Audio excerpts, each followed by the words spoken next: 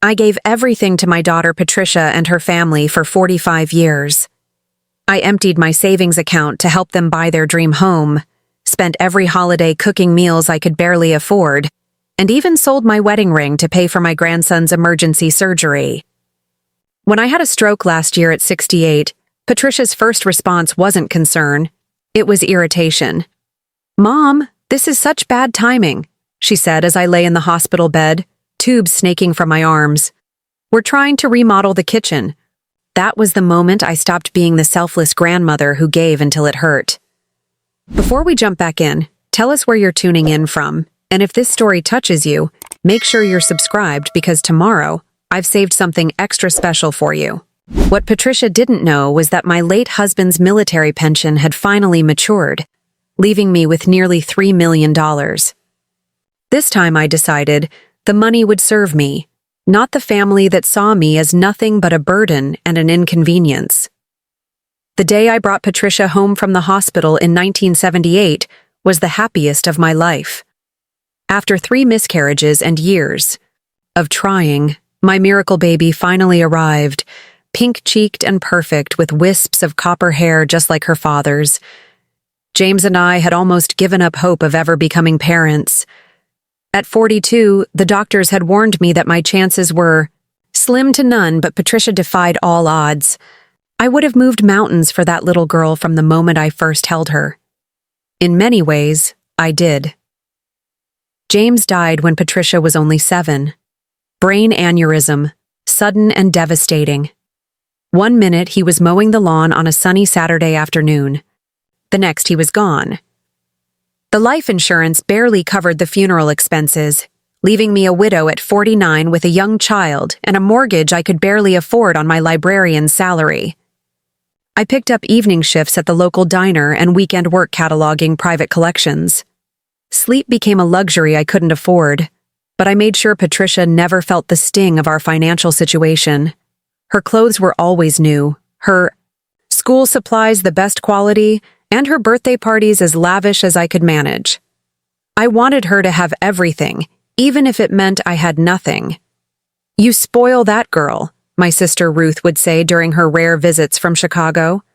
"You need to think about your retirement, Eleanor." But retirement seemed like a distant concern when Patricia needed braces, then college tuition, then help with the down payment on her first apartment.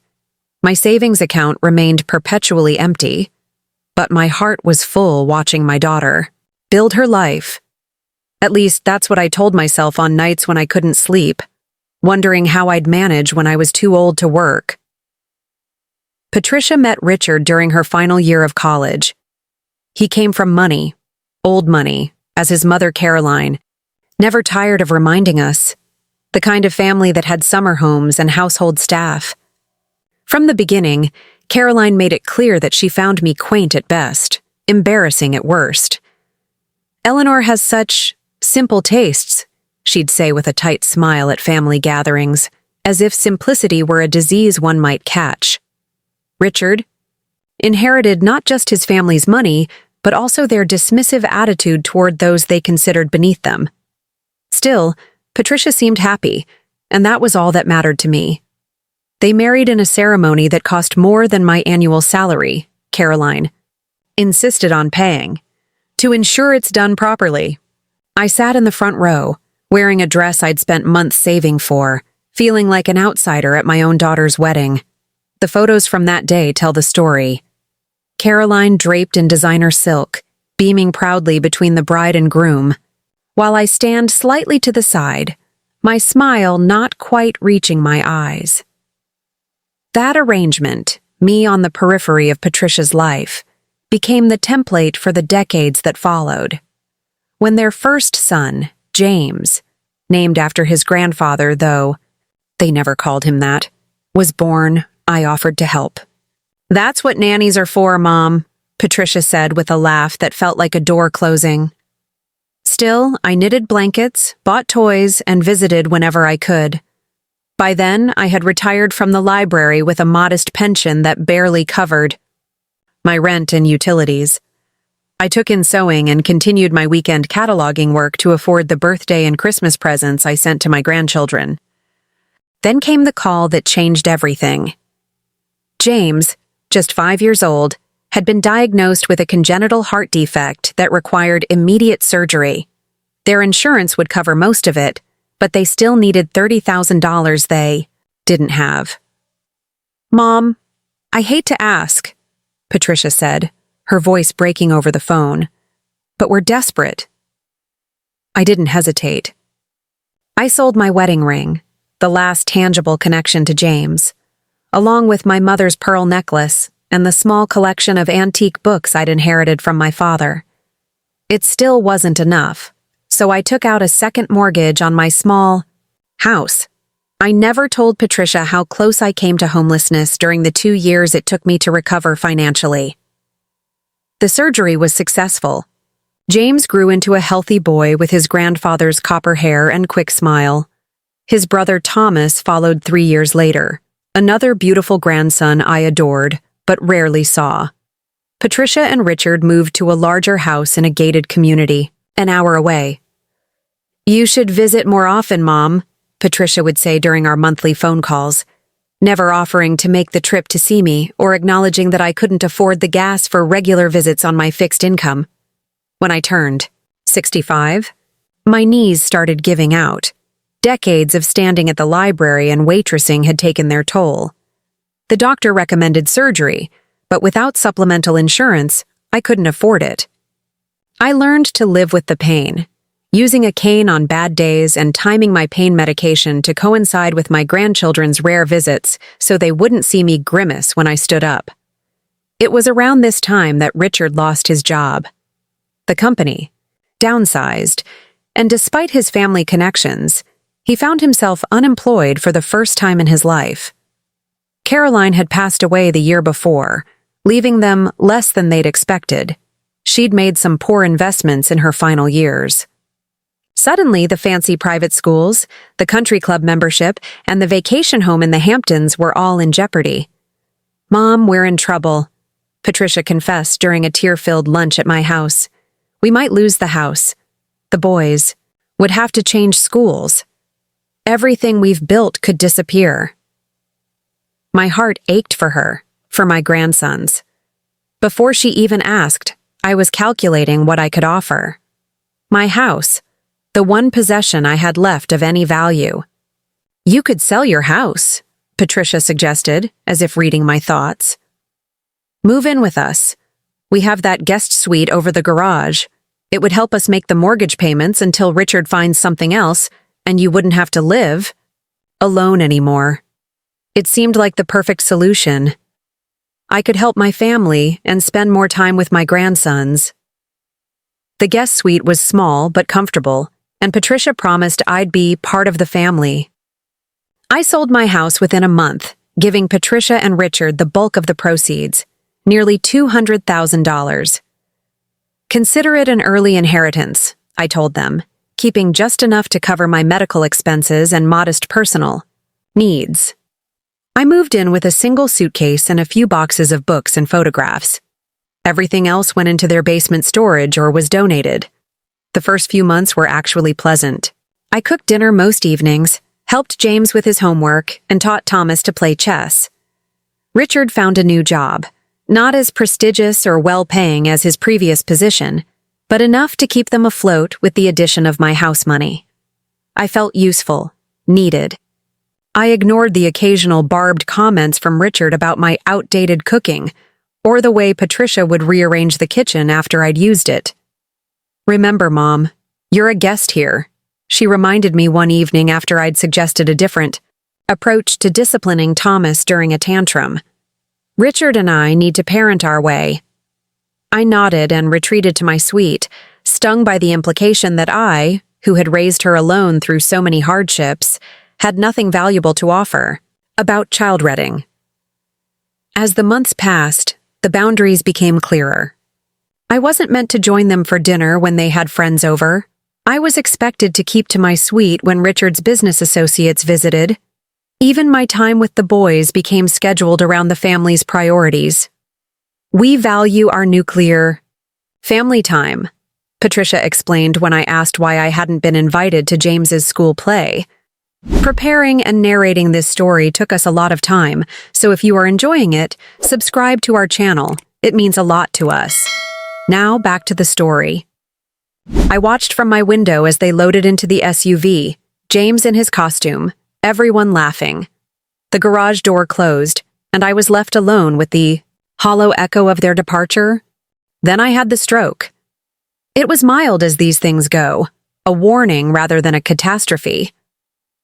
I was alone in my suite when it happened, the right side of my face suddenly drooping, my speech slurring as I tried to call for help. It was Thomas, who found me when he came up to borrow a book. The hospital kept me for 3 days of observation and tests. Patricia visited once, phone in hand, texting throughout our conversation. "Mom, this is such bad timing," she said, not looking up from her screen. "We're trying to remodel the kitchen. Richard's mother promised us the money years ago, and we've finally hired the contractor. No inquiry about my prognosis, no offer to help with my recovery. Just irritation at the inconvenience my health crisis had caused." When I returned to their home, things worsened quickly. The mild weakness on my right side meant I couldn't cook as efficiently. My speech sometimes still slurred when I was tired. "The boys find it upsetting," Patricia told me. "Maybe it's best if you stay in your suite when their friends are over." The physical therapist had recommended daily walks, but Richard complained about me wandering around the neighborhood, giving people the impression we had a senior housing situation. I began timing my exercises for when everyone was out of the house. The final straw came 6 months after my stroke, on my 69th birthday. I'd spent the morning baking my own cake, a small lemon sponge with buttercream frosting, my mother's recipe. It wasn't much, but the act of baking made me feel normal, capable. When Patricia came home, she looked at the cake with something close to disgust. "Oh, Mom, you didn't need to do that. We were going to order something from that bakery Richard likes. This is..." She gestured vaguely at my creation. Not really what we had in mind. That evening, they sang a half-hearted happy birthday before James and Thomas rushed off to sports practice and video games. Patricia handed me a gift bag containing a bathrobe, size medium, though I'd worn a large since Patricia's birth, with the price tag still attached. The cake remained largely uneaten. After everyone had gone to bed, I wrapped a slice for myself and returned to my suite, fighting back tears that felt childish and self-indulgent. I was putting the cake in my small refrigerator when the phone rang. It was well past 10, an unusual hour for calls. "Eleanor Matheson?" an unfamiliar voice asked. I confirmed my identity, confused and a little concerned. "This is Commander Roberts from Naval Personnel. I'm calling about your husband, James." "Matheson." My heart nearly stopped. "My husband has been dead for almost 40 years, I said slowly. "Yes, ma'am, we're aware. I'm calling about his military pension and benefits." He explained that James had been part of a classified operation in the late 1960s. The details remained confidential, but the government had recently declassified certain aspects of the program, revealing that participants and their families were entitled to significant compensation. Additionally, an investment fund had been established for the families, which had grown considerably over the decades. "Mrs. Matheson, according to our records, you're entitled to a lump sum of approximately $3 million, as well as ongoing, monthly benefits." The commander's voice was matter-of-fact, as if he weren't completely upending my world with his words. "We'll need you to complete some paperwork and verification, of course." I sat down heavily on my bed, my legs suddenly unable to support me. "This must be a mistake," I whispered. "No mistake, ma'am. Your husband's service record is clear, as is your status as his sole surviving beneficiary. The funds have been held in trust all this time, accumulating interest. If you have an email address, I can send you the preliminary documentation tonight." After the call ended, I sat in the dark of my little suite, the half-eaten birthday cake forgotten beside me. $3 million. The sum was almost incomprehensible after decades of counting pennies, of sacrificing every comfort for Patricia's benefit.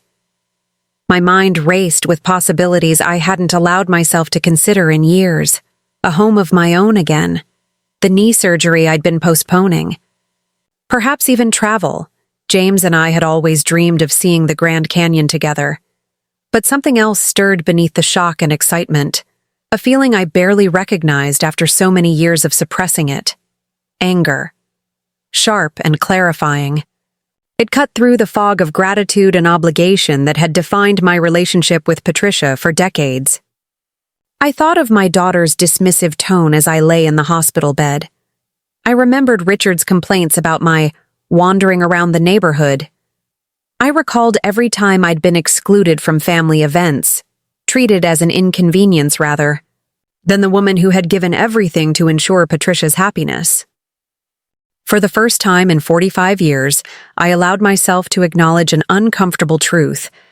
My sacrifices hadn't been met with love or even basic respect. I had become nothing more than a convenient source of childcare and financial support, expected to remain invisible unless needed.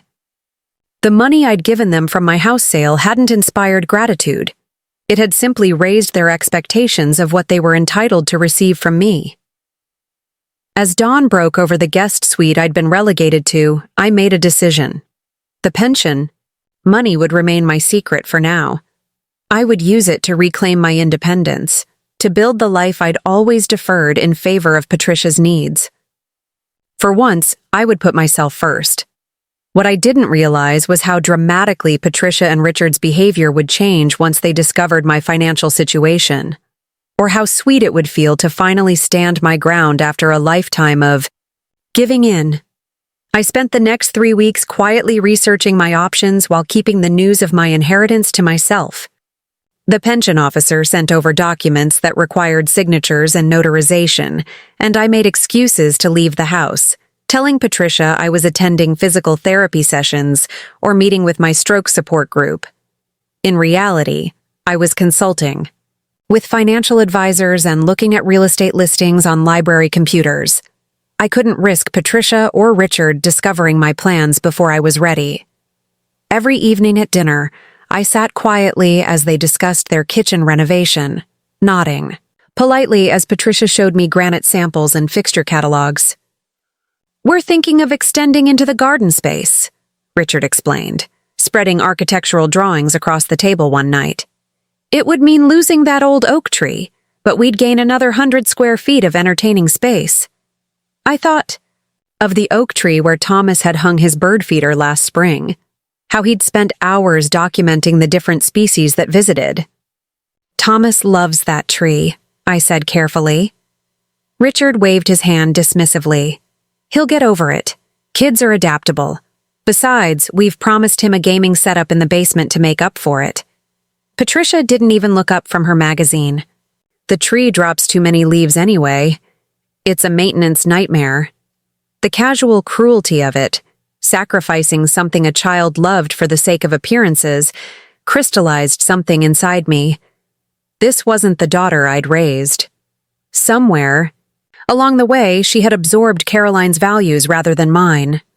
The realization should have saddened me, but instead, it strengthened my resolve.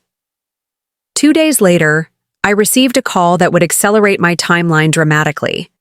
It was Dr. Winters, calling with the results of blood work done during my follow-up appointment. "Mrs. Matheson, we found some concerning markers in your bloodstream. I'd like you to come in for additional testing as soon as possible." I felt a chill run through me. "What kind of markers?" He hesitated. "I don't want to speculate until we've done more comprehensive testing, but there are indications of possible kidney dysfunction. Given your age and recent stroke, we need to take this seriously." I made an appointment for the following morning, my mind racing. If there was something wrong with my kidneys, I needed to secure my independence sooner rather than later. The paperwork for my pension was still being processed. I couldn't count on those funds being available immediately if my health took a turn for the worse. That evening, I broke my silence about my plans, though not about my inheritance or health concerns. After Thomas and James had gone upstairs to do homework, I cleared my throat nervously. Patricia, Richard, I've been thinking about my living situation, I began. I'm grateful for the hospitality you've shown me, but I think it's time I found my own place again. Patricia looked up from her phone with a frown. Your own place? Mom, be serious. You're almost 70 and you've had a stroke. You can't live alone. Many people my age live independently, I pointed out. The doctor says I'm recovering well. Richard snorted. With what money? Your house money is tied up in our mortgage. You'd be lucky to afford a studio apartment on your Social Security. The condescension in his tone made my spine stiffen. I have some savings, I said vaguely, and there are affordable senior communities not far from here. Patricia put down her phone, her expression softening into something that might have looked like concern to an outside observer, but which I recognized as calculation. Mom, we've discussed this. You're better off here, where we can keep an eye on you. Those senior apartments aren't safe, and they're depressing. I'd still see you and the boys regularly, I assured her. I just think we'd all benefit from having our own space again. Richard's face darkened. After everything we've done for you? We gave you a place to stay when you had nowhere else to go. I sold my house to help you with your mortgage, I reminded him gently. I had a home before that. A tiny bungalow in a declining neighborhood, he scoffed. Hardly a suitable environment for a woman your age. I felt a flare of anger but kept my voice steady. Nevertheless, it was mine, and I'd like to have something of my own again. Patricia exchanged a glance with Richard, then turned to me with her most patient expression, the one she used when explaining something to Thomas. Mom, let's be practical. You gave us that money as a gift, remember? An early inheritance, you called it. That was your choice. Now you need to accept that your circumstances have changed. You need supervision and care, not independence. I'm not an invalid, I protested. The stroke was mild. I'm almost fully recovered. For now, Richard interjected. But you're not getting any younger. What happens when you fall? When you can't manage your medications? Who will take care of you then? Before I could respond, Patricia reached across the table and patted my hand condescendingly. We're just looking out for your best interests, Mom. Trust us. Now let's not discuss this again. You're going to upset yourself, and the doctor said, to avoid stress. They returned to their previous conversation as if the matter was settled, leaving me seething silently. I was being infantilized, my concerns dismissed with the same patronizing tone they used with their children. Worse, they had reframed my financial sacrifice as a gift that required no reciprocation, no respect for my autonomy. I retreated to my suite early that night, claiming fatigue. Once alone, I made a decision. I would accelerate my plans and contact a real estate agent first thing in the morning after my doctor's appointment. I would no longer ask for permission to reclaim my life. The medical tests took most of the morning.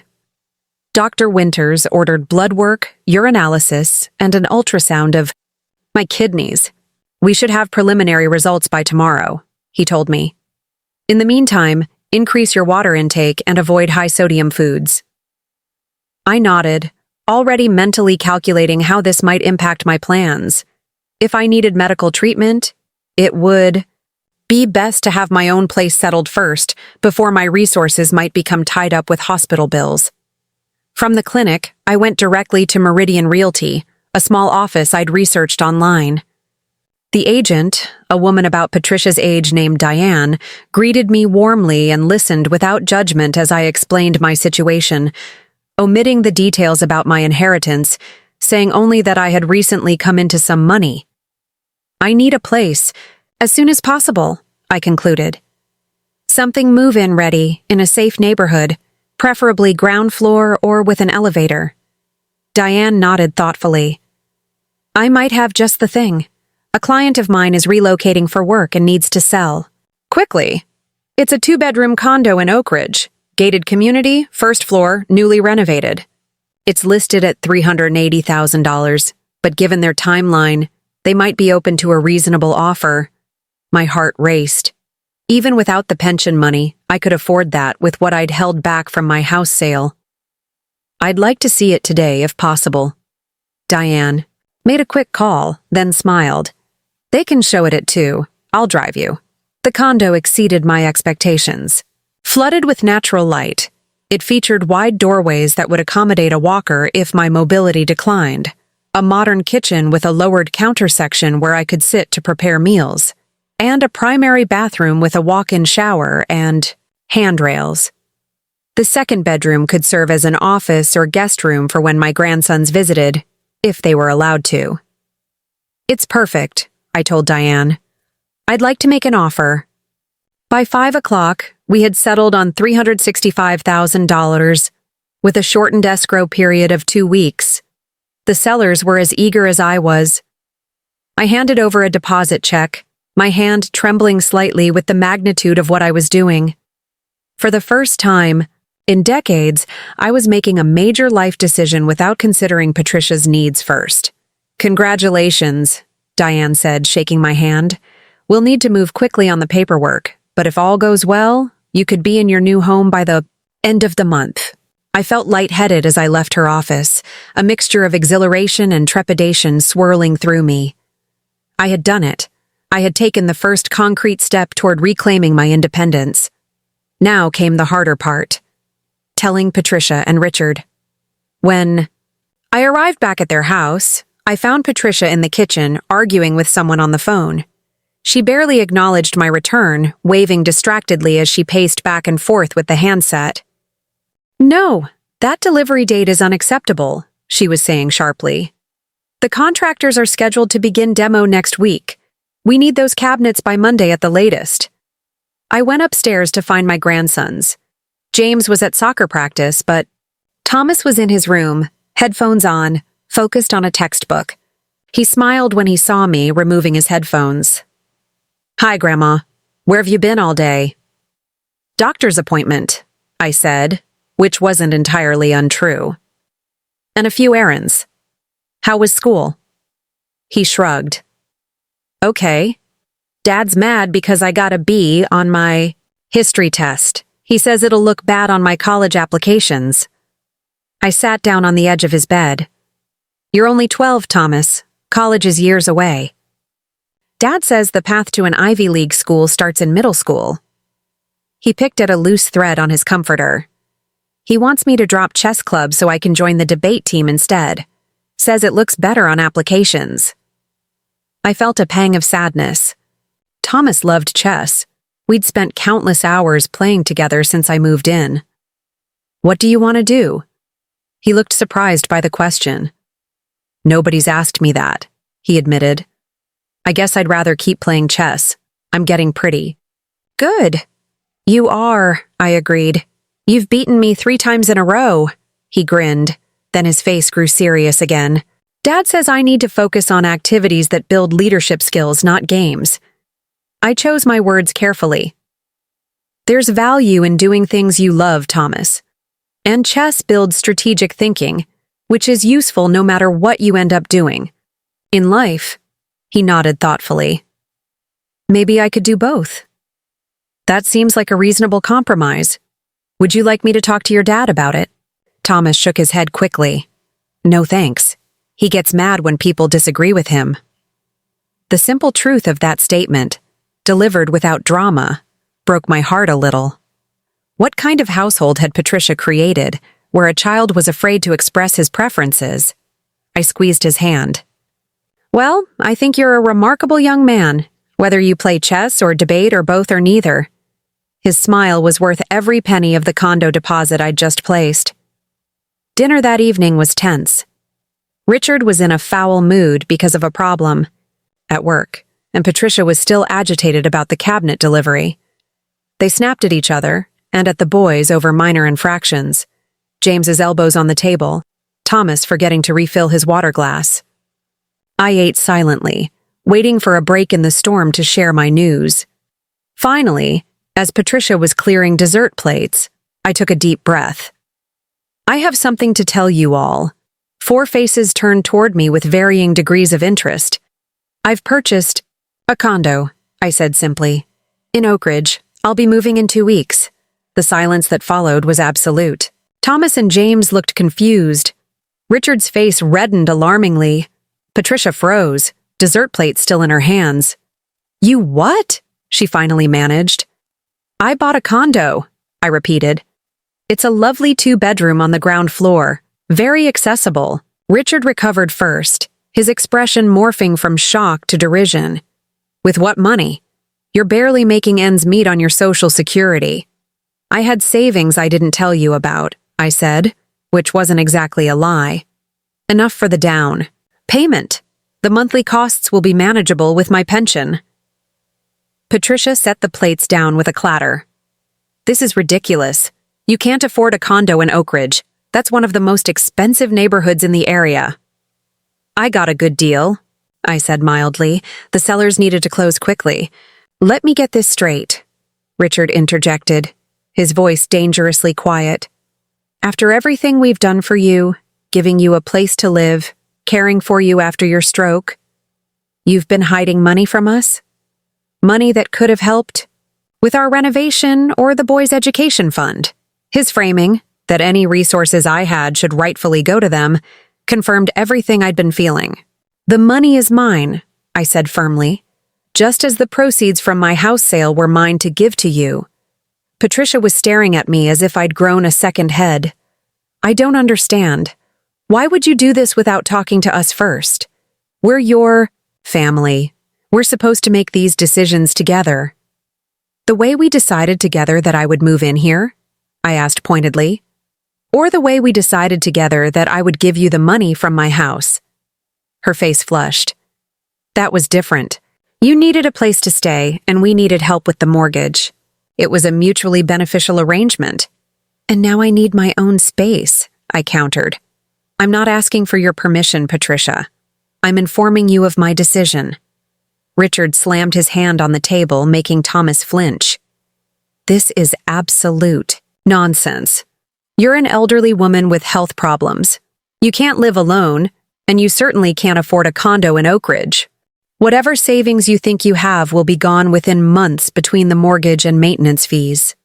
I turned to him, my voice steady. I appreciate your concern, Richard, but my finances are not your concern. I've made my decision. Well, unmake it, he snapped. Call the agent tomorrow and tell them you've changed your mind. No. The single syllable hung in the air between us. I don't think I'd ever directly refused one of Richard's demands before. Patricia recovered enough to try a different approach. Mom, you're being irrational. You've had a stroke. The doctor said you might experience mood changes, impulsive behavior. This is clearly an example of that. It's not impulsive, I replied. I've been considering this move for weeks. Behind our backs, Richard interjected, because I knew this would be your reaction, I said. You don't see me as an autonomous adult capable of making my own decisions. You see me as an asset, someone to help with childcare and household expenses, or a liability to be managed. Patricia gasped. That's not true. We love you. We want what's best for you. What you think is best for me, I corrected, not what I know is best for myself. Richard pushed back from the table, his face contorted with anger. I won't sit here and be accused of exploiting you when we've done nothing but help you since you lost your house. I didn't lose my house, I said quietly. I sold it to help you keep yours. He stormed out of the room, leaving an uncomfortable silence in his wake. James and Thomas exchanged glances, clearly unused to seeing an adult stand up to their father. Patricia seemed torn between following her husband and continuing the argument with me. We'll discuss this tomorrow, she finally said. When everyone has calmed down. This is not a rational decision, Mom, and I won't let you bankrupt yourself out of some misguided need for independence. She hurried after Richard, leaving me alone, with my grandsons. Are you really moving out, Grandma? Thomas asked hesitantly. Yes, sweetheart, but it's not far, just about 20 minutes away. You can visit any time. Dad won't let us, James said matter-of-factly. At 14, he had a clear-eyed understanding of his father's vindictive nature. We'll see, I said, though I feared he was right. Sometimes adults need time to adjust to changes. Your dad might feel differently once he's had time to think about it.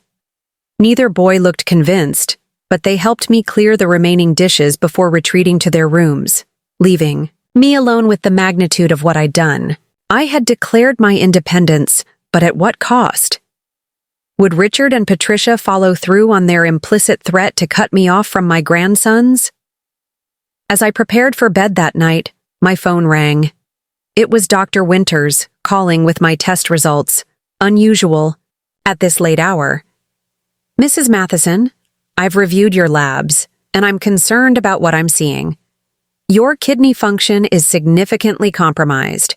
We need to discuss treatment options as soon as possible. I sat down heavily on the edge of my bed. How serious is it? He hesitated. Without intervention, you're looking at kidney failure within 6 to 12 months. I'd like to refer you to a specialist immediately. As I hung up, a strange calm settled over me. The diagnosis should have terrified me, but instead it only reinforced the rightness of my decision. If I had limited time left, I would not spend it being marginalized in my daughter's home. I would face whatever came next on my own terms, in my own space. What I didn't yet realize was that this medical diagnosis would become the catalyst for the most profound betrayal yet, one that would force me to reveal the truth about my inheritance. Sooner than I had planned, the kidney specialist, Dr. Sharma, was a petite woman with gentle hands and direct speech. Your condition is serious but manageable, she explained during our first appointment. We're looking at stage 3 chronic kidney disease. With medication, dietary changes, and careful monitoring, we can slow the progression significantly. I nodded, absorbing the information with surprising calm. What's the prognosis? Without treatment, you'd likely progress to kidney failure within a year. With proper management, we can potentially extend that timeline by several years, maybe even a decade. She leaned forward. But I need to be clear. This will require substantial lifestyle changes and frequent medical appointments. I understand, I said. I've just purchased a new home, closer to the medical center. I'll be moving in 2 weeks. Dr. Sharma smiled.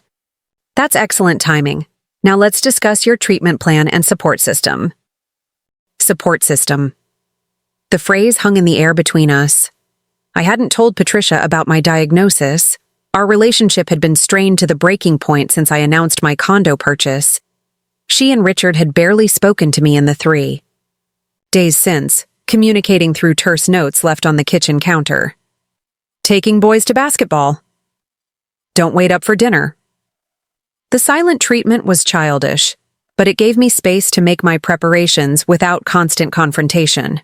My daughter and I are going through a difficult period, I admitted to Dr. Sharma. I'd prefer to manage this independently for now. She frowned. Mrs. Matheson, kidney disease management isn't something you should handle alone. You'll need someone to drive you to dialysis if it becomes necessary, someone to help monitor your symptoms. I'll hire help if needed, I said firmly. I've managed difficult situations alone before. The doctor didn't seem convinced, but didn't push further. Instead, she wrote out prescriptions and a dietary plan, scheduling a follow-up appointment for the following month. As I left her office, I felt a strange mixture of dread and determination. My health was failing, but my resolve had never been stronger. When I returned to Patricia's house, I found a note on the kitchen counter. Family meeting tonight after dinner. 8 p.m. Mandatory. The formal tone made my stomach clench, but I wasn't surprised. This confrontation had been brewing since I dropped my bombshell about the condo. I spent the afternoon packing, carefully wrapping the few treasured possessions I'd kept when I sold my house, my mother's china teacup, the family photo albums, James's military service medals. These would go with me to the condo, regardless of what happened at tonight's meeting. At precisely 8 o'clock, I entered the living room to find Patricia and Richard seated on the sofa, a united front. The boys were nowhere to be seen. Sent to their rooms, I assumed? A manila folder lay on the coffee table between us. "Sit down, Mom," Patricia said, her voice artificially level. I took the armchair opposite them, straightening my spine. Richard opened without preamble. "We've consulted with our attorney about your situation." He tapped the folder. "Given your recent stroke and what's clearly impaired decision-making, we have grounds to petition for guardianship." My blood ran cold. "Guardianship?" Patricia jumped in, her tone softening in contrast to Richard's bluntness. "It's for your protection, Mom. You're making irrational financial decisions that could leave you destitute. As your guardian, I could ensure your money is managed properly. And prevent me from moving into my condo," I said flatly. Richard didn't bother denying it. That purchase was financially irresponsible. No court would allow it to proceed once guardianship is established. "I'm mentally competent," I said firmly. "No judge would grant you guardianship. A 70-year-old stroke victim with impaired judgment who's hiding money and making secretive real estate purchases." Richard arched an eyebrow. "Our attorney thinks differently." I felt a flash of fury at being called a victim, at having my agency so thoroughly dismissed. I've been evaluated by multiple doctors since my stroke. None have questioned my mental competence. "Which is why we've scheduled a neuropsychological evaluation for you next Wednesday," Patricia said, as if she were doing me a favor. Dr. Winters referred us to a specialist. The betrayal stung like a physical blow. My own doctor had spoken to them behind my back? "You had no right to discuss my medical information without my consent. As your next of kin, I have every right to ensure you're receiving proper care," Patricia countered. "Dr. Winters agreed you've been showing concerning behavior." My mind raced. Had she told them about my kidney diagnosis too? The timing of this intervention suggested not. This was solely about controlling my finances, preventing my independence. "I won't attend that evaluation," I said firmly. Richard's face hardened. "Then we'll proceed without it. That will only strengthen our case. Refusal to cooperate indicates awareness of impairment. They had backed me into a corner. If I refused the evaluation, they'd use it against me. If I went and the doctor found any hint of cognitive impact from my stroke, they'd use that too. My condo purchase, my life savings, my very autonomy hung in the balance. In that moment, I made a decision I hadn't planned to make for weeks yet. "Before you proceed with this guardianship nonsense, there's something you should know." Richard rolled his eyes. "More hidden savings accounts?" in a manner of speaking. I took a deep breath. "I've recently been awarded a military pension and benefits related to your father's service," I said, looking directly at Patricia. "The pension is substantial, approximately $3 million plus monthly benefits." The silence that followed was absolute. Patricia's mouth opened and closed wordlessly. Richard stared as if I'd suddenly started speaking in tongues. That's impossible," Patricia finally stammered. "It's quite possible," I replied calmly. "Your father was involved in a classified operation in the late 1960s. The government has recently acknowledged the participants and established compensation for their families." Richard recovered first, his expression shifting from disbelief to calculation so rapidly it was almost comical. $3 million? Why didn't you tell us immediately?" "Because I wanted to make my own decisions about the money without interference," I said pointedly. "Which appears to have been the right choice given your guardianship plans." Patricia leaned forward, her eyes wide. "But Mom, this changes everything. You don't need to move out now. With that kind of money, we could renovate the entire guest suite, hire a full-time nurse if you need one." "No." The single word silenced her. "I'm moving into my condo as planned. The pension money is mine to use as I see fit. Richard's entire demeanor had transformed. The contempt was gone, replaced by an unctuous solicitude that turned my stomach. Of course it's your money, Eleanor. We'd never suggest otherwise. We were just concerned about your well-being, living alone after a stroke. A concern that materialized. Only after you learned about my financial resources, I observed dryly. Patricia at least had the grace to look ashamed. That's not fair, Mom. We've always wanted what's best for you. What you thought was best, I corrected. Not what I knew I needed. Richard cleared his throat. Well, this is wonderful news. We should celebrate. Perhaps we could all go out to dinner tomorrow night? That new steakhouse downtown? The rapid shift from threatening legal action to suggesting family celebrations was so transparent, I almost laughed. I have plans tomorrow, I lied. Perhaps another time. An awkward silence fell. The manila folder with the guardianship paperwork still sat on the coffee table, a physical reminder of how quickly they'd been willing to strip me of my autonomy. Patricia followed my gaze and had the decency to look embarrassed. She snatched up the folder and tucked it beside her. We won't need this now, obviously. It was only ever meant as a last resort, if you were truly putting yourself at financial risk. I appreciate your concern, I said, not bothering to keep the irony from my tone. Now, if you'll excuse me, I need to rest. I have an early appointment tomorrow. As I stood to leave, Richard spoke again. Eleanor, about the kitchen renovation. We've been thinking it might be nice to expand it even further, perhaps add a sunroom.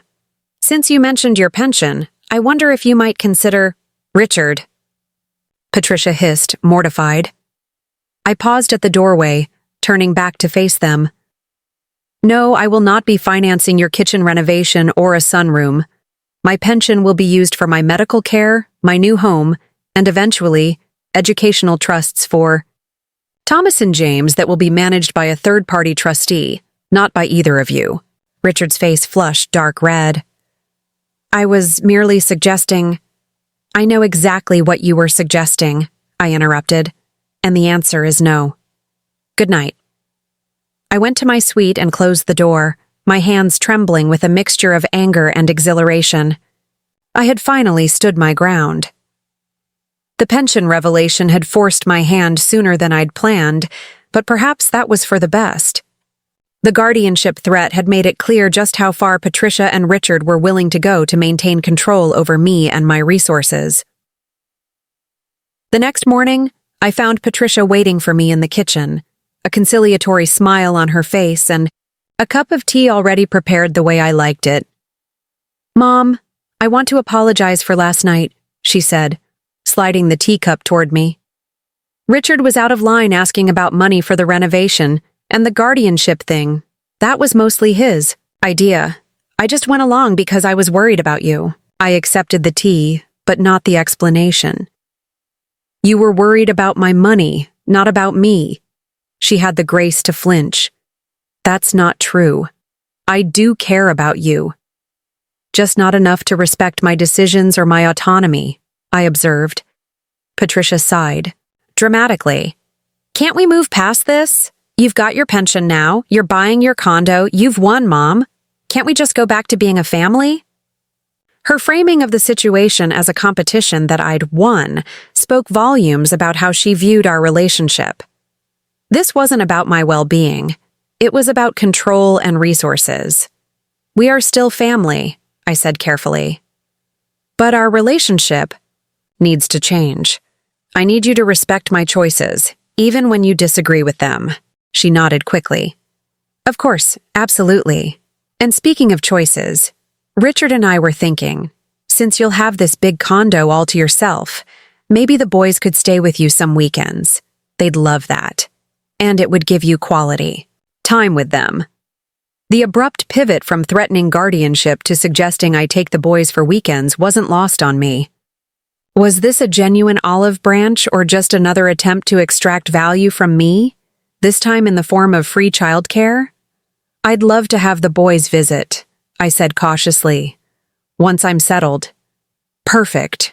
Patricia beamed. And Richard's birthday is next month. We were thinking of doing a family trip to the Bahamas. Nothing extravagant, just a long weekend. It would be such a wonderful opportunity for you to spend time with the boys. She let the sentence trail off expectantly, and there it was, the financial angle, barely concealed beneath a veneer of family togetherness. You're inviting me to pay for a family vacation to the Bahamas? Patricia had the grace to look slightly embarrassed. Well, not entirely. We'd contribute too, of course. It's just, with your new financial situation, it seemed like something you might enjoy doing for the family. I studied my daughter's face, searching for traces of the compassionate, thoughtful child I'd raised. Had she always been this calculating? Or had marriage to Richard transformed her values so completely? Patricia, I said gently, I won't be paying for a trip to the Bahamas. My pension will primarily be used for my medical expenses, which are substantial. Her smile faltered. Medical expenses? What medical expenses? You had a stroke, but you're fine now. I hesitated. I hadn't planned to tell her about my kidney diagnosis yet, but perhaps transparency was the best approach going forward. I have stage 3 kidney disease. Dr. Winters referred me to a specialist last week. Patricia's eyes widened. Kidney disease? Why didn't you tell me? Given our recent conflicts, I thought it best to handle it myself for now. She looked genuinely shocked. But this is serious. You shouldn't be dealing with this alone, and you definitely shouldn't be moving into a condo. By yourself with this condition. For a moment, I glimpsed real concern beneath her reaction. The condo is actually perfect for my situation, I explained. It's close to the medical center, all on one level, and has safety features I'll need if my condition progresses. Patricia shook her head, absorbing this new information. Richard and I need to discuss this. Your health changes everything. My health doesn't change my decision to live independently, I said firmly. It only reinforces it. I need to be in an environment where my needs are the priority, not an afterthought. She flinched as if I'd slapped her. That's cruel, Mom. We've always cared about your needs. When they didn't conflict with your own, I corrected gently. And that's natural. You have your own family, your own priorities. I don't blame you for that. But it means I need to advocate for myself now. Patricia didn't respond immediately. She seemed genuinely torn, caught between concern for me and the ingrained habit of seeing me primarily as a resource for her family's benefit. Let me help with your medical appointments at least, she finally offered. I can drive you. It was a small olive branch, but I sensed genuine feeling behind it. I'd appreciate that, I conceded. For now. As I watched my daughter process the news of my illness and my newfound financial security, I realized we were entering uncharted territory in our relationship. The power dynamic had shifted dramatically. I was no longer financially dependent on her goodwill, no longer willing to be sidelined in my own life. Whether our relationship could survive this transformation remained to be seen. What I couldn't have anticipated was how quickly word of my inheritance would spread, or how it would attract unexpected attention from figures from my past. Attention that would force me to confront painful truths I'd long ago buried. Closing day for my condo arrived with surprising swiftness. Diane, my real estate agent, met me at the title company with a folder of documents and a genuine smile. Nervous? She asked as we waited in the reception area. Strangely, no, I replied. This feels right. The signing process took less than an hour. When the notary handed me the keys, their weight in my palm felt significant. Not just metal, but freedom. I was officially a homeowner again. Congratulations, Diane said, squeezing my hand. When are you moving in? Tomorrow, I told her. The movers are coming at 9. What I didn't mention was that movers was a generous term for Thomas and James, who had secretly volunteered to help transport my meager possessions. Patricia and Richard still didn't know their sons had arranged to miss soccer practice to assist their grandmother. The boy's small rebellion touched me deeply. I returned to Patricia's house to find an unexpected visitor waiting in the living room, my ex-husband's brother, Harold. I hadn't seen him in nearly 30 years, not since James's funeral. He stood as I entered, looking older but still fit. His silver hair neatly combed. "Eleanor," he said, extending his hand. "You look well." I didn't take it. "Harold, what brings you here after all this time?" Patricia appeared from the kitchen, carrying a tray with coffee. "Uncle Harold stopped by to reconnect," she explained brightly. "Isn't that nice?" The timing was too coincidental to be innocent. Harold had never shown any interest in maintaining a relationship with me or Patricia after James died. Now suddenly, he appears days after my pension becomes known? Harold smiled broadly. "When I heard about James's pension finally coming through, I wanted to congratulate you in person. The government took their sweet time, didn't they?" "How did you hear about the pension?" I asked pointedly. Harold's eyes flicked to Patricia, then back to me.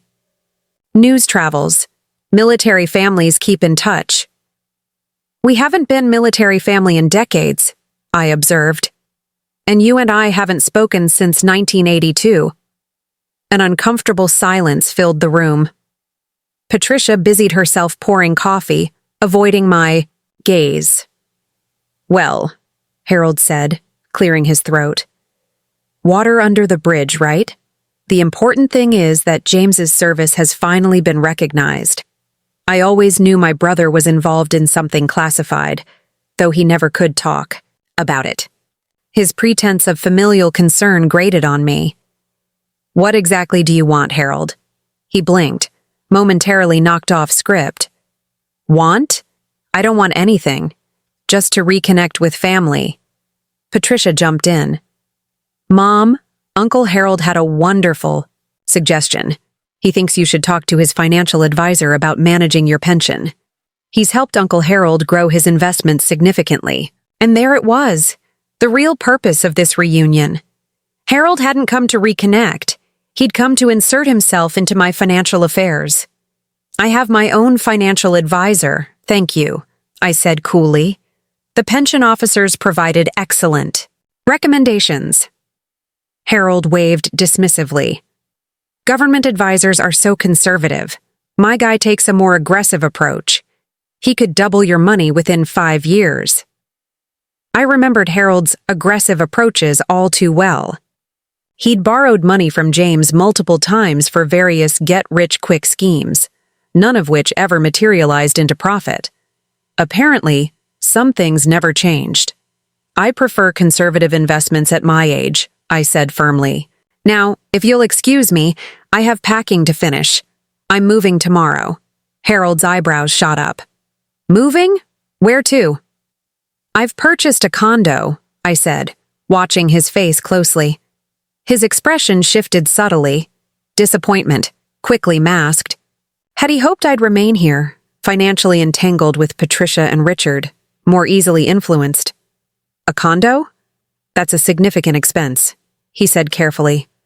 "Are you sure that's the best use of capital right now? The market's quite volatile."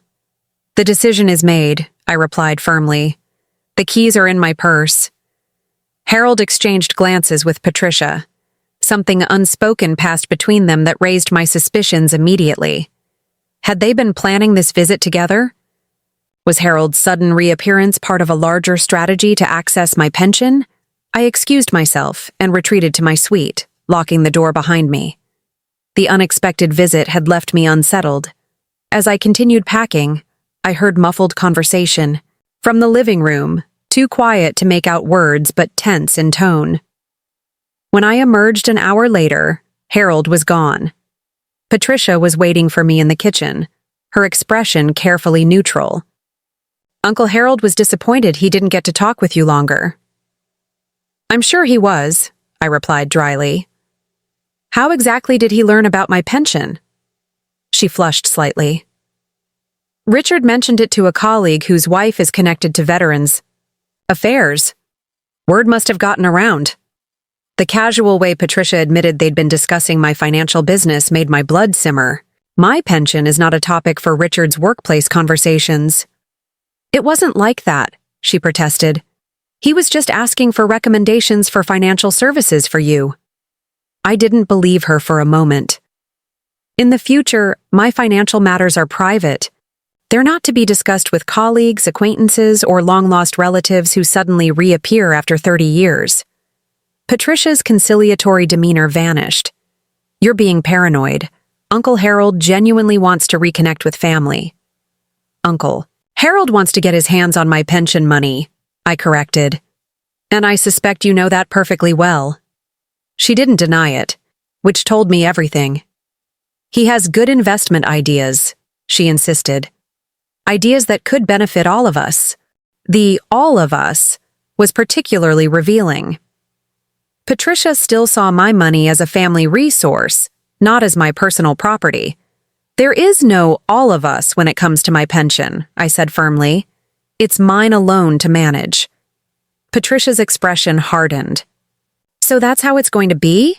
You get this windfall and suddenly we're not family anymore? After everything we've done for you? The familiar refrain, everything we've done for you, as if providing a room over their garage somehow entitled them to my life's resources. As if the years I'd spent raising Patricia single-handedly, the house money I'd given them, the childcare I'd provided, counted for nothing compared to their minimal accommodation of my needs. We are family, I said quietly, but that doesn't entitle you to my pension. Patricia stood abruptly. I need to pick up the boys. We'll talk later. She didn't return until after dinner, by which time I'd finished packing everything except what I'd need for the morning. When I emerged from my suite to make a cup of tea, I found Richard in the kitchen, his laptop open to a spreadsheet. Eleanor, he said with forced joviality. I was just looking at some numbers. Did you know that if you invested your pension aggressively, you could potentially draw a 6-figure annual income without touching the principal? More than enough to cover your medical expenses and still help with the boys' college funds. The transparency of their strategy was almost insulting. First Harold with his mystery financial advisor, now Richard with his spreadsheets. My pension is already appropriately invested, I said, filling the kettle. Richard closed his laptop with a snap. You know, most families would celebrate a windfall like this together. Pool resources, make plans as a unit. Your attitude is surprisingly selfish. The accusation burned.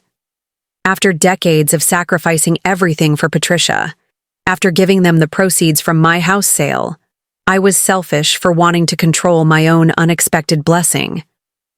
This conversation is over, I said, turning off the kettle and heading back to my room without the tea I'd come for. I'll be gone in the morning. Sleep eluded me that night.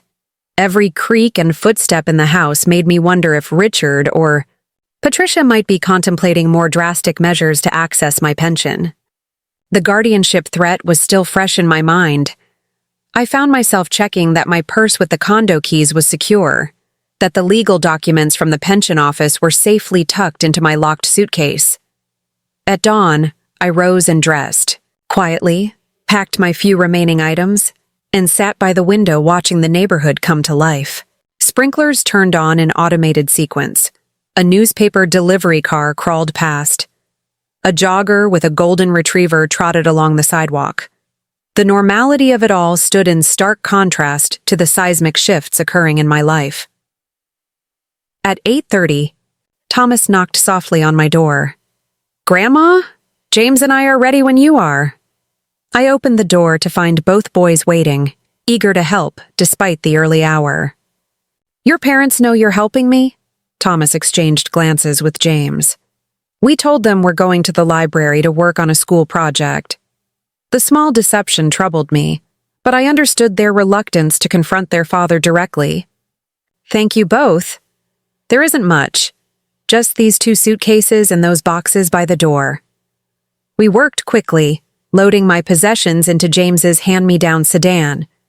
As we finished, Patricia appeared at the garage door, still in her bathrobe, her expression a mixture of hurt and resignation. So that's it? You're just leaving? she asked. I told you I was moving today, I reminded her. Without saying goodbye? Without letting us help? The boys froze, caught in their deception. I stepped forward, shielding them slightly with my body. The boys kindly offered their assistance. Patricia's eyes narrowed. I see. Going behind our backs already. James straightened his shoulders. We're just helping Grandma move, Mom. It's not a big deal. It is a big deal when you lie about where you're going, she snapped.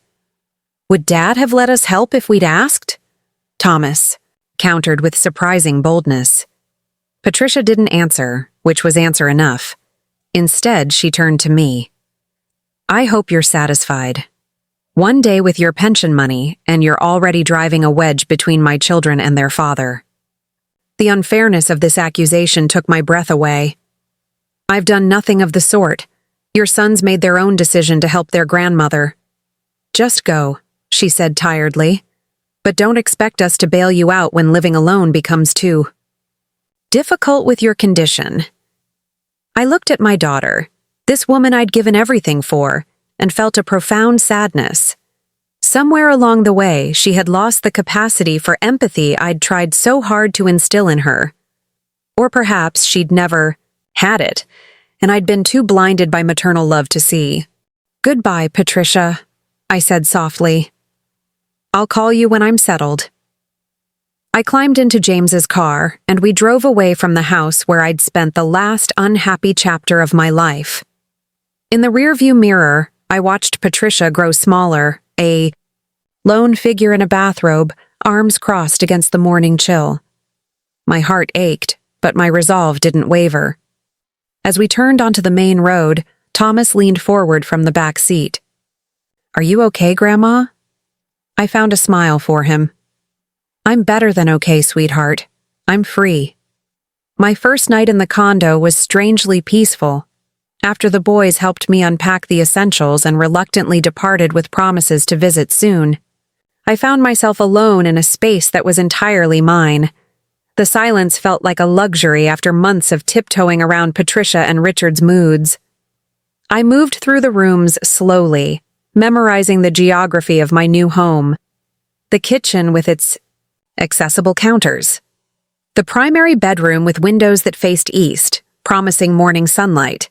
The second bedroom that would become my craft room and office. Everything clean, new, mine. Welcome home, Eleanor, I whispered to myself, running my hand along the smooth granite countertop. For the first time in decades, I answered to no one, but myself. The next morning, I woke early and made a list of priorities. The pension paperwork needed finalizing. The kidney specialist had prescribed medications that needed filling. I needed to update my address with various organizations and establish new routines in this unfamiliar neighborhood. As I sipped my coffee on the small patio overlooking a communal garden, my phone rang. Patricia's number flashed on the screen. I hesitated before answering. Hello? Mom. Her voice sounded strained, formal. Are you settled in? Yes, quite comfortably, thank you. An awkward pause followed. The boys want to know if they can visit on Saturday. I felt a flutter of pleasure. I'd love that. Are you dropping them off, or should I arrange transportation? Another pause. Richard doesn't think it's appropriate for them to visit unsupervised, given your health condition. He wants one of us to accompany them. The flutter of pleasure died. This wasn't about the boys visiting their grandmother. It was about maintaining control, about having access to my new space and, by extension, to me. My health condition doesn't prevent me from spending time alone with my grandsons, I said firmly. I've been their caregiver countless times before. That was before the stroke, before the kidney diagnosis. Patricia's tone was maddeningly reasonable. It's a safety issue, Mom. What if something happened while they were there? They're just children. James is almost 15, I pointed out. Old enough to call 911 if there were an emergency, which there won't be. I'm not bedridden, Patricia. I'm perfectly capable of hosting my grandsons for an afternoon. She sighed dramatically. Fine. I'll drop them off at noon and pick them up at 4. But I want them to keep their phones on at all times, and you need to promise to call immediately if you feel unwell. It was a small victory, but significant. Agreed. Thank you. After we hung up, I realized I would need to accelerate my settling in process. I wanted the boys to see a proper home when they visited, not boxes and disarray.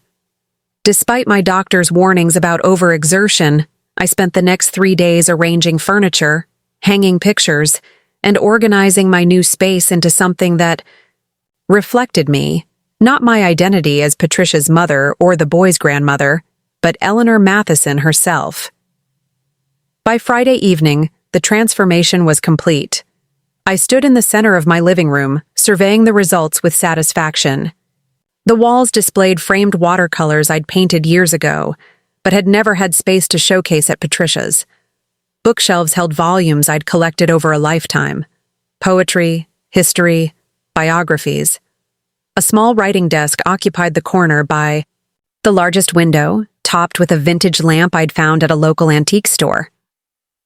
This wasn't just a place to live. It was a statement of selfhood I hadn't been able to make in years. Saturday arrived with perfect autumn weather. I prepared lunch, nothing elaborate, just soup and sandwiches, and put cookies in the oven so the smell of baking would fill the condo when the boys arrived. At precisely noon, the doorbell rang. To my surprise, both boys stood there alone. No Patricia in sight. Mom got an emergency call from work, James explained as they entered. She dropped us at the gate and said she'd text when she's on her way to pick us up. I doubted there was any real emergency. More likely, Patricia had decided to make a point by not personally escorting them to my door, a small power play that ultimately worked in my favor. Well, I'm delighted to have you all too. Myself, I told them. Come in and see my new home. Thomas whistled appreciatively as he looked around. Wow, Grandma, this place is awesome. Much nicer than the room over the garage, James agreed, wandering toward my bookshelves. You've got space for all your books now. I gave them the grand tour, ending in the kitchen where I served lunch. As we ate, I noticed both boys gradually relaxing, the tension they carried in their shoulders at Patricia's house notably absent. So, I said casually, how are things at home? They exchanged glances, a silent communication passing between them. Dad's been weird since you left, Thomas finally offered. All business talk and fake smiles when people are around, then arguing with Mom when they think we can't hear. James nodded. They're fighting about money. Dad wants to refinance the house, but Mom says they can't afford higher payments. I see, I said neutrally, though internally I was connecting dots. Without my presence and financial contributions, the household economy had shifted. Richard's plans for expansion and renovation were likely becoming untenable. Dad keeps saying you owe them, Thomas added, his young face troubled. Is that true, Grandma? No, sweetheart. If anything, it's the other way around. I hesitated, not wanting to disparage their parents but unwilling to lie. I gave them a substantial gift when I sold my house, with no expectation of repayment. That doesn't obligate me to give more. James, always the more perceptive of the eye, too, studied my face. That's why you left, isn't it? They wanted your pension money. Such awareness in one so young was both impressive and heartbreaking. That was part of it, I acknowledged. But mostly, I needed my own space where I could make my own decisions. Like having cookies for breakfast if you want? Thomas asked. With a grin, I laughed. Exactly like that. After lunch, I showed them the craft supplies I'd set up in the second bedroom. Thomas immediately began constructing an elaborate paper airplane, while James browsed through my collection of chess books. Could we play a game? He asked hesitantly. Dad doesn't let me play chess anymore, says it's a waste of time, that I should focus on debate team instead. I'd love to play, I assured him, bringing out the antique chess set I'd purchased specifically with my grandsons in mind. We settled at the dining table, Thomas occasionally looking up from his airplane construction. to offer James unhelpful but enthusiastic advice. It was the most relaxed, genuinely joyful afternoon I'd experienced in months. As we played, I found myself studying James's face, the concentration in his eyes, the slight furrow of his brow as he considered moves. He had his grandfather's analytical mind, his tendency to think 3 steps ahead. I wondered what James Sr. would think of his namesake, this thoughtful young man who lived under the shadow of Richard's ambitions. "Checkmate," James announced with a small, satisfied smile. I examined the board and laughed. "So it is. Well played." Thomas abandoned his paper airplane to peer at the board. "Did you let him win, Grandma?" "Absolutely not," I assured him. "Your brother outmaneuvered me fair and square."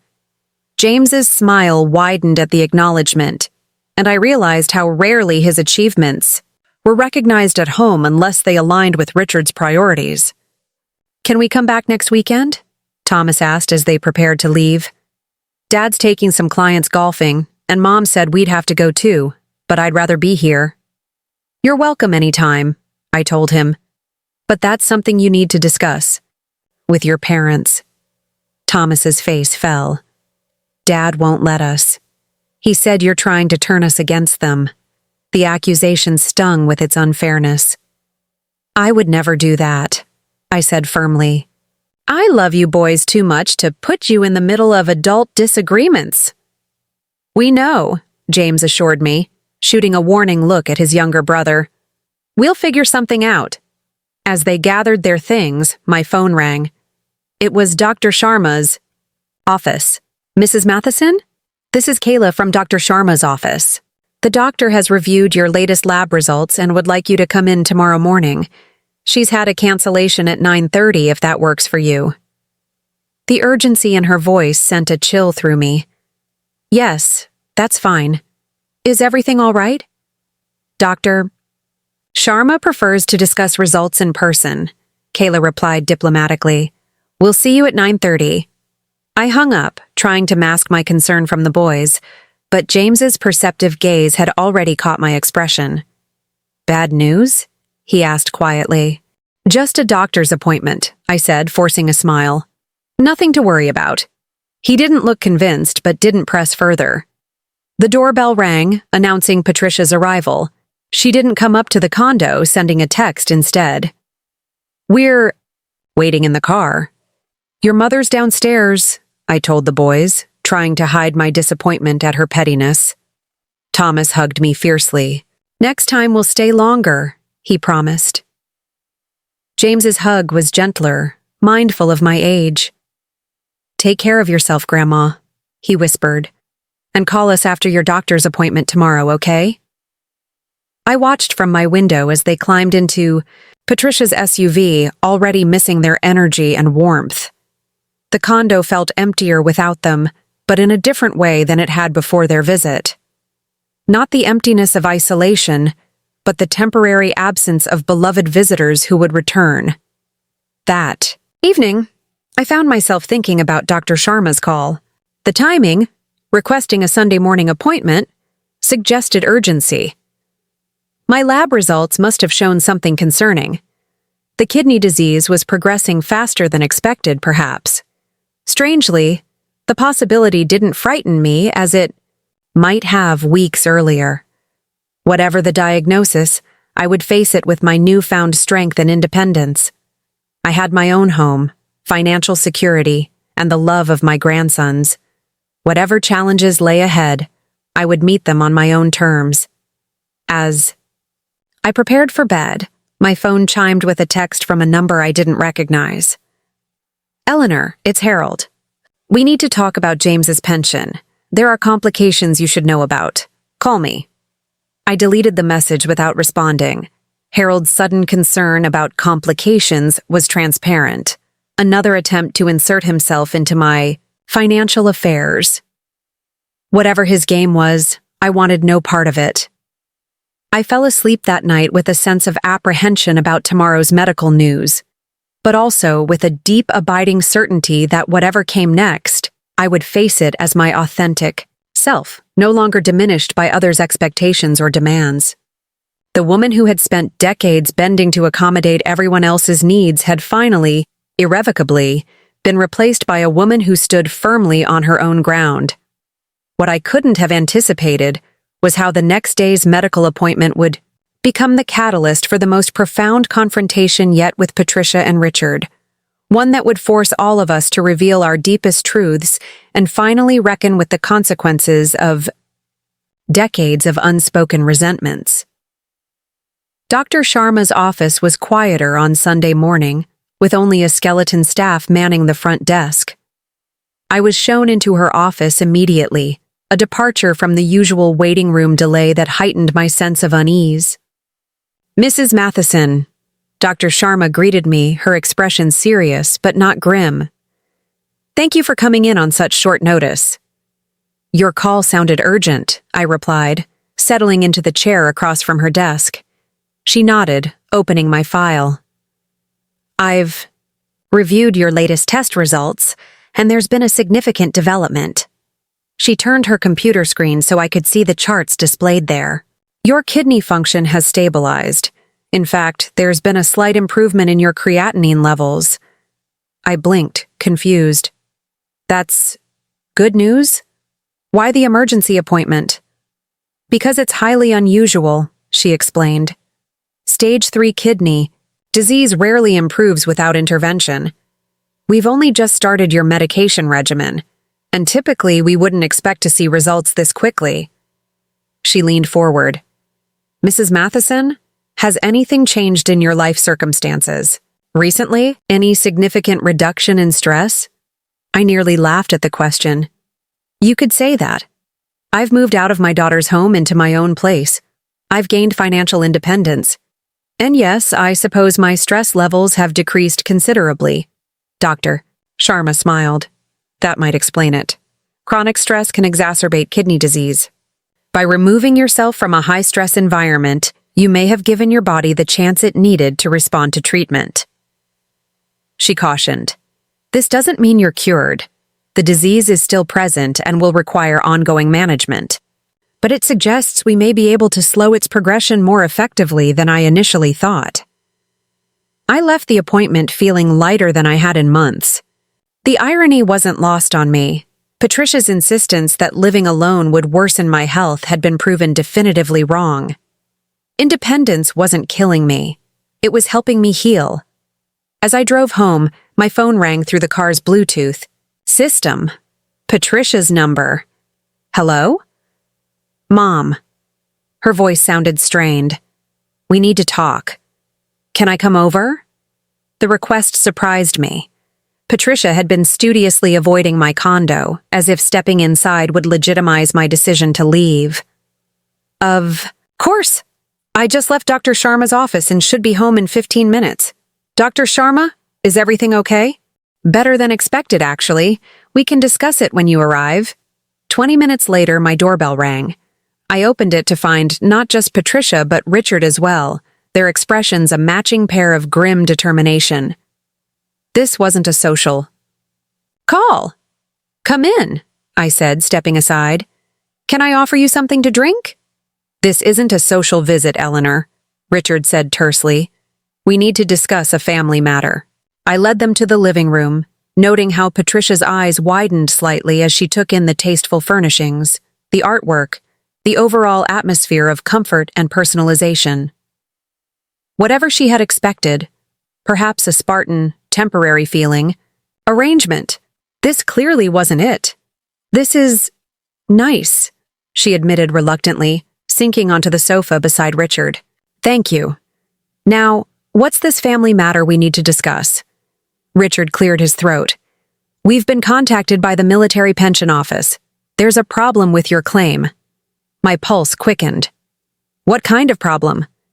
"Apparently," Patricia interjected, "Uncle Harold has filed a competing claim. He's asserting that as James's only living blood relative, he has stronger claim to the pension than you do, especially given your divorce." So that explained Harold's sudden reappearance and his cryptic text. "That's absurd," I said firmly. James and I were married when he participated in the classified operation. The divorce came later, and it doesn't invalidate my claim as his widow. Richard leaned forward. The situation is more complicated than you realize. Harold has documentation, suggesting James intended to change his beneficiary designation before he died, but never completed the paperwork. That's a lie, I said flatly. James never mentioned any such intention to me. You wouldn't be an impartial witness, Richard pointed out with lawyerly precision. The fact remains that the pension office is now reviewing both claims, and payments have been suspended pending resolution. I studied their faces, seeing not concern but calculation. And how exactly did you learn all this? The pension office deals directly with me, not with you. Patricia shifted uncomfortably. Uncle Harold called us. He thought we should know, given how it might affect family finances. I see. The pieces clicked into place. And did Uncle Harold happen to mention what he plans to do with the pension if his claim succeeds? Richard's expression turned defensive. He's family. He understands family obligations. Unlike you, Patricia added pointedly. There it was, the real reason for their visit. Harold had promised them access to the pension money if he won his claim.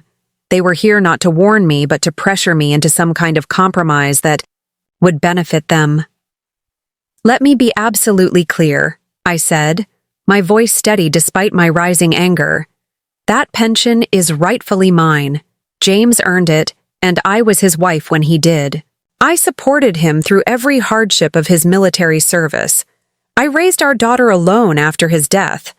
Harold has no moral or legal claim to a penny of that money, and neither do you. Mom, be reasonable, Patricia pleaded. This could drag on for months, even years. Legal fees alone could eat up a significant portion of the money. Uncle Harold is willing to negotiate a settlement. I'm not interested in Harold's settlement offers, I interrupted. And I'm even less interested in why you're suddenly advocating for his interests instead of your own mother's. Richard's facade of concerned advice cracked. Your stubbornness is going to cost all of us. Harold is willing to split the pension.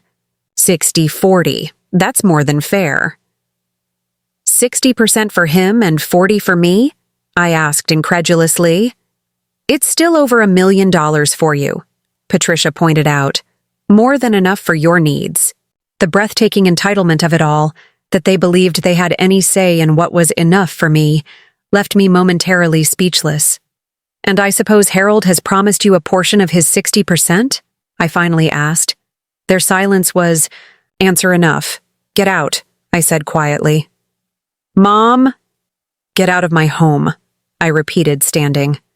I won't be threatened or manipulated in my own living room. Richard rose, his face flushed with anger. You're making a mistake, Eleanor. Harold has connections. He can make this very difficult for you. So can I replied evenly. I have documentation of every attempt you and Harold have made to access my pension through manipulation and deception. I have recordings of conversations where you discussed filing for guardianship to control my finances. And I have the truth on my side. I was James's wife when he earned that pension, and I remained his wife until his death. No manufactured paperwork Harold produces will change that fact. Patricia stood slowly, her expression shifting from calculation to something more complex, perhaps the first stirrings of genuine shame. What happened to you, Mom? You used to put family first, always. Now it's all about you and your money. The question struck deeper than she could know. I looked at my daughter. This woman I had raised alone, sacrificed everything for, and felt a profound sadness. What happened was, I finally understood that family goes both ways, I said gently. For 45 years, I put everyone else's needs before my own. I gave until there was nothing left to give. And when I needed support, when I needed to be treated with basic respect and dignity, you and Richard saw only an inconvenience, a burden, until you discovered I had money. Then suddenly I became valuable again, not as your mother, but as a financial resource. That's not fair, Patricia protested, but her voice lacked conviction. Isn't it? When I had my stroke, your first concern was how it inconvenienced your kitchen. Renovation. When I sold my house to help you, you acted as if the money was your birthright rather than a gift. When I needed independence, you threatened legal action to control me. And now, when someone challenges my legitimate claim to my husband's pension, you side with him because he's promised you a cut. Richard moved toward the door, clearly done with the conversation. This is getting us nowhere. We came to offer a reasonable compromise. If you're too stubborn to see it, that's your problem. I didn't bother responding to him, keeping my focus on Patricia. Tell me honestly, if Harold hadn't promised you money, would you be here advocating for his claim over mine? She couldn't meet my eyes. It's more complicated than that. It's actually very simple, I countered. You're willing to betray your own mother for financial gain. That's the choice you've made. Richard opened the front door. Patricia, let's go. She's not going to listen to reason. Patricia hesitated, torn, in a way I hadn't seen before. For a fleeting moment, I glimpsed the little girl I'd raised, the child who'd once had a strong moral compass before Richard's influence and her own ambition had corrupted it. The boys want to come over again next weekend, she said abruptly. Should I tell them that's not possible now? The implied threat, using access to my grandsons as leverage, was the final betrayal. That's your decision, I said quietly. But remember this, they're watching how you treat me. They're learning what family loyalty means by your example. Is this really the lesson you want to teach them? Something in my words seemed to reach her. She swallowed hard, nodded once, and followed Richard out the door without another word. After they left, I sat in my quiet living room, heart racing despite my outward calm. Then I picked up my phone and made 2 calls, first to my lawyer, alerting him to Harold's competing claim, then to Commander Roberts at the pension office, requesting copies of all documents Harold had submitted. The next 2 months passed in a blur of legal meetings and medical appointments. Harold's claim fell apart quickly once my lawyer pointed out discrepancies in his documentation. The handwriting on the supposed beneficiary change request didn't match James's known signatures, and the dates on the document coincided with a period when James had been deployed overseas. By Christmas, the pension office had formally rejected Harold's claim and reinstated my payments, including retroactive amounts for the suspended months. Throughout this period, I saw my grandsons just once, a stilted, supervised visit at a restaurant with Richard watching eagle-eyed from a nearby table. The boys were subdued, clearly coached not to mention the pension dispute or my conflicts with their parents. The visit left me heartsick, but more determined than ever to create a life that didn't depend on Patricia and Richard's goodwill. Then, 3 days after Christmas, my doorbell rang unexpectedly. I opened it to find Thomas standing alone, cheeks flushed from the cold. "Grandma," he said breathlessly, "can I come in? I walked here from Daniel's house." Daniel, I vaguely recalled, was a school friend who lived in the neighboring development. Ushered him inside, alarmed. "Thomas, do your parents know you're here?" He shook his head. "I told them I was staying at Daniel's until dinner. I had to see you. Dad's been saying awful things about you, and Mom just lets him." I guided him to the sofa, my heart breaking at the distress on his young face. "What kind of things?" "That you're selfish, that you're hoarding money that should help with our college. Funds, that you've chosen money over family." He looked up at me, eyes pleading. "But that's not true, is it? James and I know it's not true." I sat beside him, choosing my words carefully. "Your father and I have very different ideas about family obligations. I believe I've fulfilled mine many times over, starting long before you were born. I helped your parents buy their house. I've supported your mother emotionally and financially her entire life. Now that I have unexpected resources of my own, I believe I'm entitled to use them as I see fit. which includes setting aside money for your and James's education, but in trusts that your parents can't access. Thomas absorbed this with surprising maturity. Dad said you're cutting us out of your will. I shook my head. That's simply not true. You and James are my primary beneficiaries, though your inheritance will be held in trust until you're older. He nodded, seemingly satisfied. We miss you. Grandma, it's not the same without you. Mom seems sad all the time and Dad's always angry. I miss you too, I admitted. More than you know. Can't you and Mom work things out? Like, not about the money, but just so we can be a family again? His simple, heartfelt question cut through months of legal wrangling and emotional walls. Wasn't that what I wanted too? Not to surrender my independence or resources, but to heal the broken relationships if possible? I'm willing to try, I told him. But reconciliation requires both parties to want it. Mom wants it, he said, with childlike certainty.